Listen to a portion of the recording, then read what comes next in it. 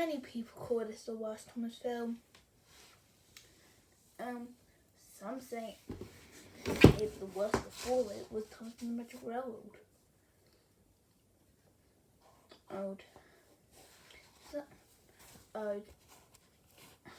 And even for one thing that even if it is the worst, it definitely is one of the worst next to Day of the Diesels. But to me, I don't feel the same on Thomas and Friends, Misty and Rescue. I don't actually think it's the worst. Let me explain why in this episode of the Review Cycle. Hey guys, this is Charlie from Adventures with Charlie, and in this Review Cycle episode, I'm going to explain why I don't think that Thomas and Friends, Misty and Rescue is the worst Thomas film. In this one, the new Sodor Search and Rescue Centre is being built on the island, and all the engines are excited. After saving Diesel, so Thomas is given an award to go to the mainland, but his wrath comes loose from the steamboat. And he ends up on Misty Island, where he meets Bash, Dash, Ferdinand, who are the locals. Now Thomas must need their help in order to get back to Sodor. So many people can easily I've heard call this the worst Thomas film ever. In fact, many of you that are probably watching this video feel and haven't seen this film yet. You probably listened and heard that it is the worst Thomas film, but to me, I don't actually think it's the worst.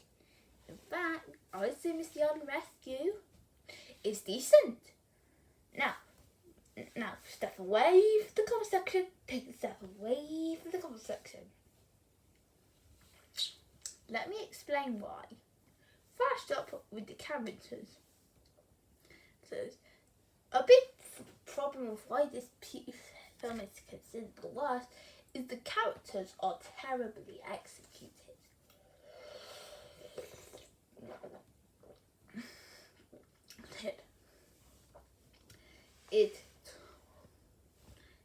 Thomas is the main character who thinks all his decisions are right.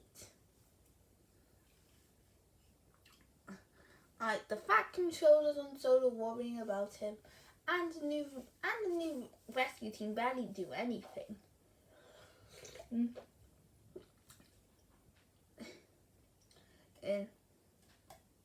And the new characters don't really up one's opinion. While Captain is the lifeboat who the fat controller used to search the seas for Thomas.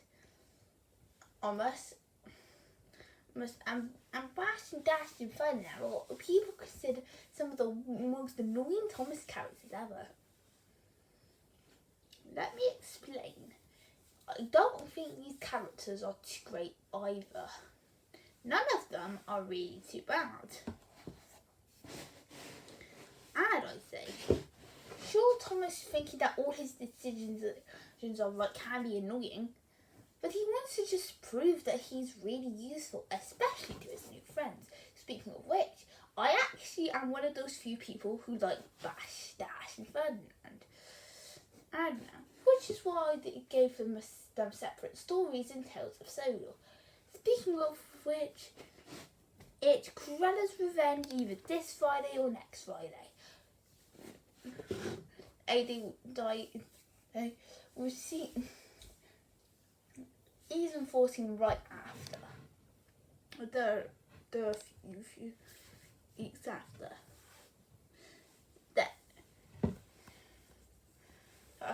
That actually read give what I can offer some the weaker jokes of the film.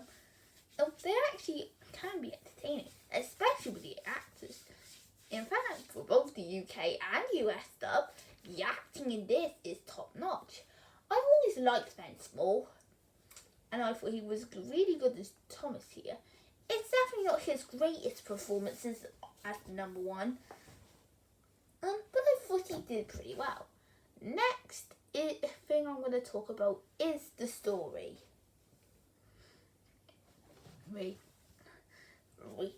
Yeah, this is a really big problem with the people say.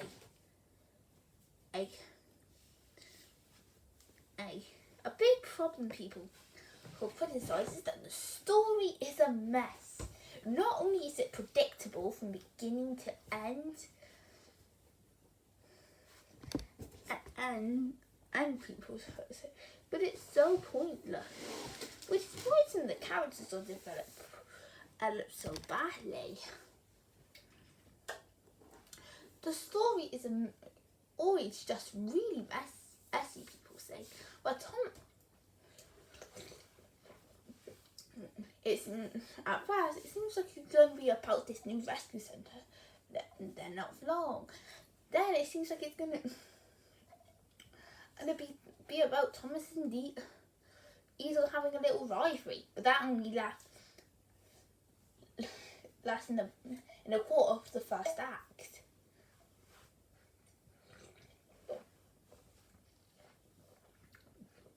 And then it looks like Thomas is going to the mainland, but then changes to Misty Island. And the rest of this is just a rescue mission where everyone's trying to look for Thomas. Mustn't find him. Where people say this is similar to what happened in The Great Discovery. Now, oh yes, the story I described is a mess. Lots of moments feel predictable. It goes from one plot to another, and it doesn't really know what the main focus is. And all of these could have worked as their separate episodes or films or specials. However, there is one thing that makes this different.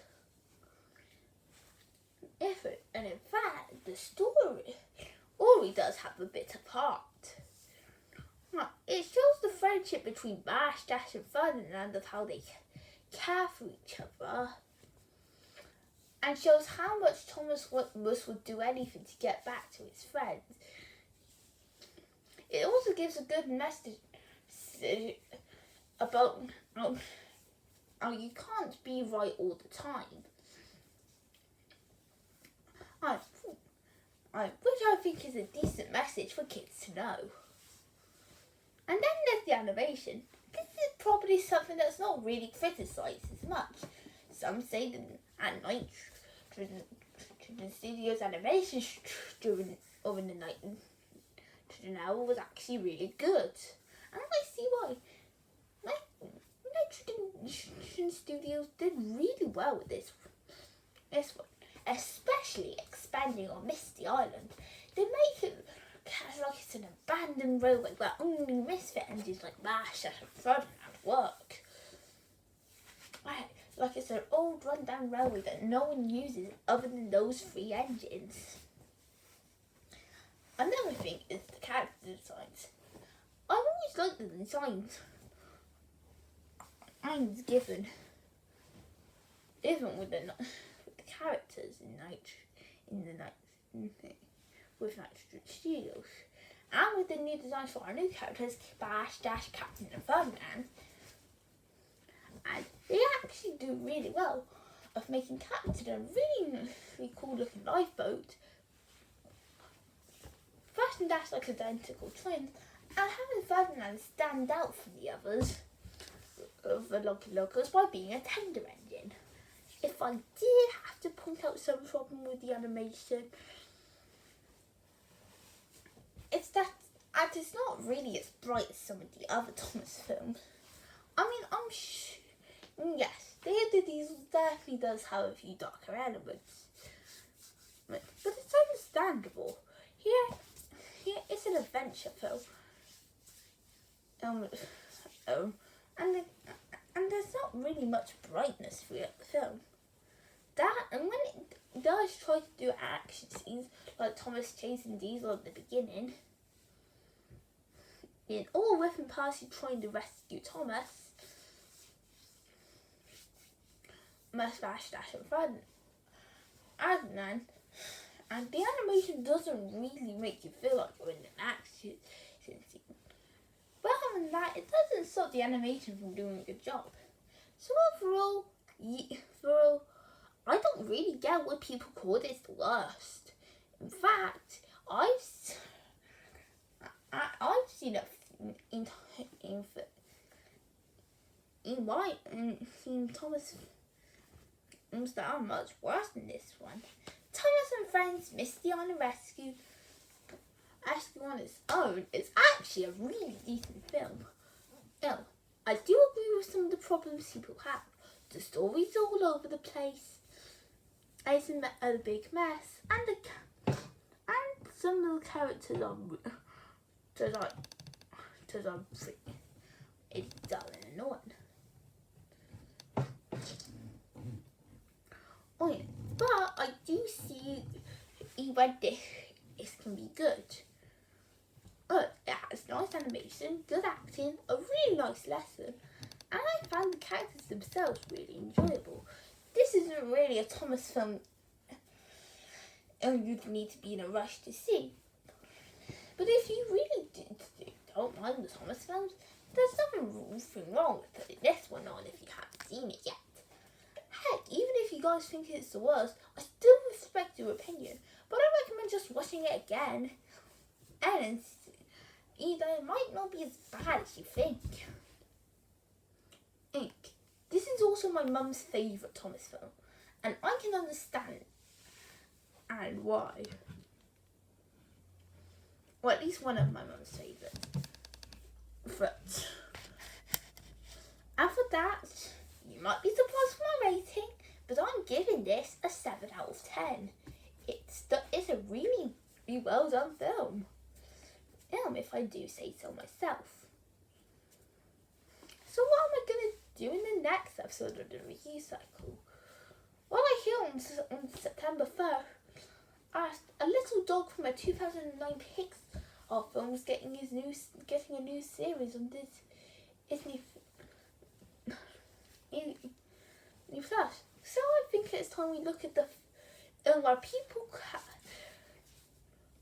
just cry their eyes out in the first few minutes. Cheerio!